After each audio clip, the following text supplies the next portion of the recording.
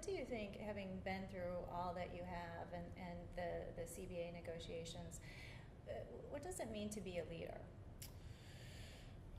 Sticking with your convictions. I think ultimately the biggest role that I've had being a part of this association was when men in my locker room voiced their opinion and what they cared about, I was to take that further. You know, it just didn't stop there. It wasn't something that I just heard and said, oh, I hear it, but I may not personally agree with it, so I'm going to stop. It was, now I'm going to take this, and it's carrying those men's convictions to this meeting, to the player rep meeting, and then taking it to the executive committee, and then to the executive director. And those are the proper steps. But understanding that you are serving the group of 53 men who ultimately make up your team, and every one of them has something to say that will better this organization and will better our game. And so you want to hear that. And as an effective leader, that's what your job is. Your job is to hear what's important. We talk about it all the time. The majority rules, but the minority needs to be heard. As you look back on your time having served as a leader, what are some of the things that stand out to you as being significant? Well, watching the advancement of player health and safety has probably been the thing that I've been most excited about. You know, even in helping negotiate the CBA and the financial gains that we are now seeing come to fruition, that part's all exciting to me. I tell guys all the time, look, it doesn't matter how much money you have. If you're not healthy, it's really irrelevant. Someone else is going to spend your money. So let's worry about the part that we can control most, and that's our health and safety. And so to watch as our game has progressed with, you know, helping with concussions to field management, to practice schedules being reduced, hitting being reduced, you know, 2 a day, no more 2 a days ever. The guys will enter the NFL and never do a 2 a day. Those are the things that I probably care most about, and more for the longevity of a man's career, and then also coupling that with his future.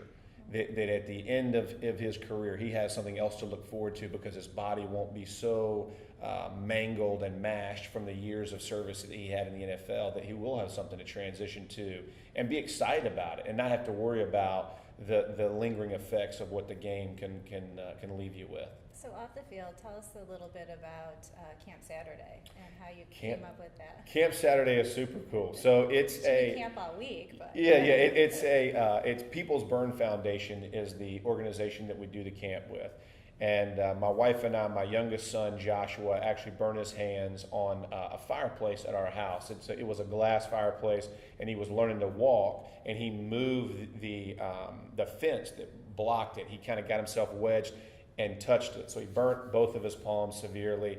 And thank God he doesn't have scarring. He doesn't have any of the issues that you could have had. He had great surgeon, great docs. But I remember watching us go through this process. And it was a devastating thing, how much time you have to spend washing the wounds and rebandaging. And you see the moms and dads who have to stay in the hospital with their kids who get full body burns or majority body burns.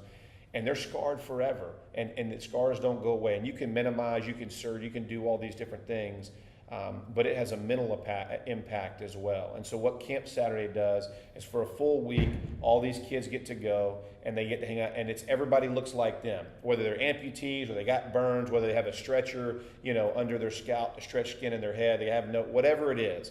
And my wife and I go down there, my sons and my daughter go down, and we just hang out, and it's really a great thing to watch. And we've done it so long now that I've seen kids who've entered the camp, you know, they're graduated out of the camp. You know, they're 20 and 25 years old, having kids of their own, and you see their life, and it's just been an amazing organization to be a part of. Wow. So what other things do you have planned in this next transition of your life? The transition's been good. I work for ESPN. I do NFL analyst work, which has been great. I've had a lot of fun doing that. I work with the Indianapolis Colts as well in their front office and doing stuff on the business side.